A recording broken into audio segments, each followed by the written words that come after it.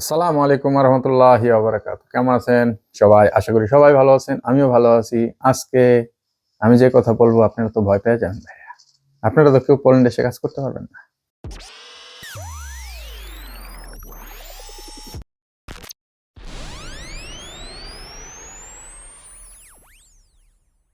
শেষ পোল্যান্ড।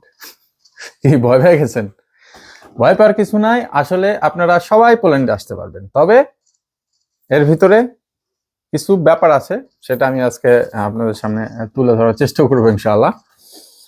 সেটা হচ্ছে গিয়ে ছোট একটা স্টোরি বলতে হবে আগে, রিয়েল হিস্টোরি না বললে আপনারা বুঝতে পারবেন না যে আসলে আমি এই ভিডিওটা কেন করতেছি। আসলে মূল উদ্দেশ্যটা কি? উদ্দেশ্যটা হচ্ছে গিয়ে আপনাদের সতর্ক দেয়া, সতর্ক করা, সতর্ক বাণী দিয়ে আর কি।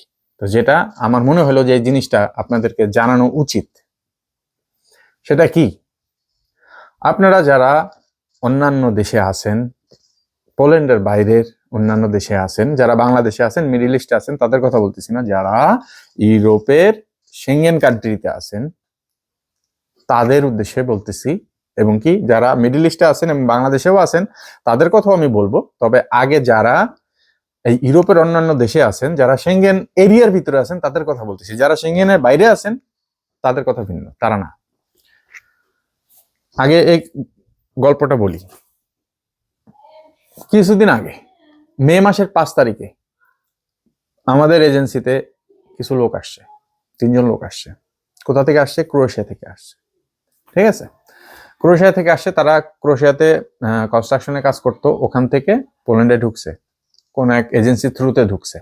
সেই এজেন্সিকে একজন 1,500 ইউরো করে পে করতে হয়েছে।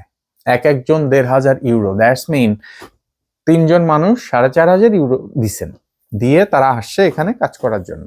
ওকে, ভালো, কাজ করার জন্য আসছে। তারা আমাদের এজেন্সির সাথে যোগাযোগ করছেন, আমাদের এজেন্সি যতটুকু করার করছেন, তাদের তাদের এখানে এসে প্যাচেল বের করছেন, তাদের ওয়ার্ক পারমিটের জন্য আবেদন করছেন, সবকিছু করছেন।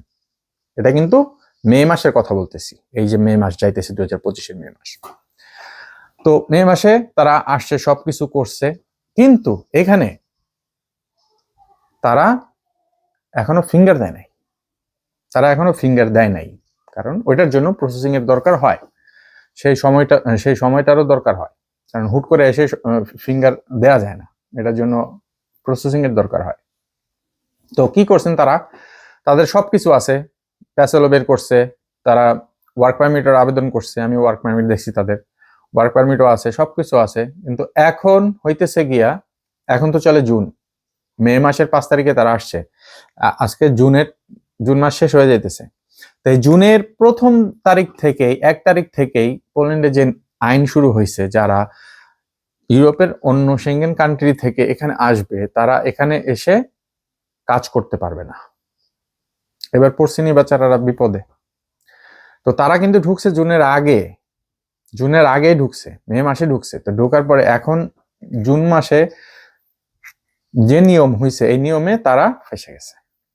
জুন মাসের আগে এসেও কিন্তু তারা ফাইসে গেছে। কিভাবে? তারা এখানে তাদের ফিঙ্গার দিতে গেলে, ফিঙ্গার যদি হয়েও যায়, তারপরে ডিসিশন তাদের কিন্তু নেগেটিভ আসবে। বুঝতে পারছেন তো? কেন নেগেটিভ আসবে? কারণ তাদের ল অনুযায়ী তারা এটা অ্যাকসেপ্ট করবে না। এখন যদি এই ব্যাপারে কোনো প্রশ্ন থাকে আমার অবশ্যই কমেন্ট করে জানাবেন, আমি চেষ্টা করব। তো আপনারা যারা অন্যান্য দেশে আছেন, সেঙ্গেনের অন্য দেশে আছেন, রোমানিয়া, ক্রোয়েশিয়া, হাঙ্গেরি, আরো অন্যান্য যে সেঙ্গেন কান্ট্রিতে আছেন, প্লিজ দয়া করে পোল্যান্ডে আসার চেষ্টা করেন না। যদি আপনার অন্যান্য দেশের টিআরসি থাকে, আপনারা ওইখানে কাজ করার চেষ্টা করেন, কিন্তু পোল্যান্ডে এসে কাজ করার চেষ্টা করেন। অনেকে হয়তো ব্যাপারটা জানেও না, বা অনেকে যারা জানেন তাদেরকে বলবো, প্লিজ আপনাদের যারা ভাই ব্রাদার আছে সবাইকে এটা জানাই দেন, তাদেরকে সাবধান করে দেন। ঠিক আছে? আর যারা জানেন না তারা তো এখন হয়তো আমার কাছ থেকে জানতে পারতেছেন। ঠিক আছে? তো পোল্যান্ডে কাজ করার উদ্দেশ্যে মুভ করেন না। হ্যাঁ, পোল্যান্ডে আসতে পারবেন কিন্তু কাজ করতে পারবেন না, এটা মাথার ভিতরে ঢুকায় রাখেন। এই যে 3টা ভাই আসছে ক্রোয়েশিয়া থেকে, এখানে এসে একজন 1,500 ইউরো করে পে করছে, কিন্তু তারপরেও এখানে তারা কাজ করতে পারবে কিনা লিগেল ভাবে তার কোনো সিউরিটি নেই। কিছুক্ষণ আগে আমাকে ফোন দিছে, ফোন দিয়ে কথা হলো, তারা আমি যেখানে আছি এখানে ছিল, তারা এখান থেকে তারা মুভ করছে আরেক জায়গায়। মুভ করার পরে তারা ওখান থেকে আমার ফোন দিছিল যে ভাইয়া এখানে আসছি ঠিকঠাক মতো, আমাদের জন্য দোয়া করেন, এটা ওটা। আচ্ছা ভাইয়া, সমস্যা নেই, আলহামদুলিল্লাহ। তো এখন বলি, যারা মিডল ইস্টে আছেন এবং কি যারা বাংলাদেশে আছেন, তাদের ব্যাপারে কোনো রেস্ট্রিকশন নাই। কারণ আপনারা যখন আসবেন তখন হচ্ছে গিয়ে আপনারা সরাসরি পোল্যান্ডের ভিসা নিয়ে, ওয়ার্ক ভিসা নিয়ে আপনারা আসতেছেন। তো আপনাদের ক্ষেত্রে এটা কোনো প্রবলেম নাই। প্রবলেম হচ্ছে কি একমাত্র যারা ইউরোপের অন্যান্য দেশে আছেন তাদের জন্য সমস্যা, যারা সেঙ্গেন কান্ট্রিতে আছেন তাদের জন্য সমস্যা। কিন্তু আবার যারা ইউরোপের নন সেঙ্গেন কান্ট্রিতে আছেন তাদের জন্য আবার কোনো প্রবলেম নেই। তারা আবার নর্মালি যারা মিডল ইস্টে বাংলাদেশে থাকে তাদের মতোই আপনারা পোল্যান্ডের ভিসা, ওয়ার্ক ভিসার জন্য অ্যাপ্লাই করে আপনারা পোল্যান্ডে প্রবেশ করে বৈধভাবে থাকবেন এবং কি কাজ করার সুযোগ সুবিধা সবকিছু পাবেন, আলহামদুলিল্লাহ। তো এই ক্ষেত্রে এই ভিডিওটা আমার শুধু এই কারণেই বানানো যে যারা সেঙ্গেনের অন্য দেশ থেকে পোল্যান্ডে আসতেছেন কাজ করার উদ্দেশ্যে, দয়া করে কাউকে টাকা পয়সা দিয়ে মানে লস খান না। যে ওকে ভাই, যে ভাইদের মতো তারা 1,500 ইউরো করে দিয়ে আসছে, যে আসেন এখানে দিব, কাজ দিব, এটা দিব, এটা দিব করে, ভাই এরকম অনেক মানুষ আপনাকে প্রলোভন দেখাবে। প্লিজ দয়া করে এর থেকে দূরে থাকুন।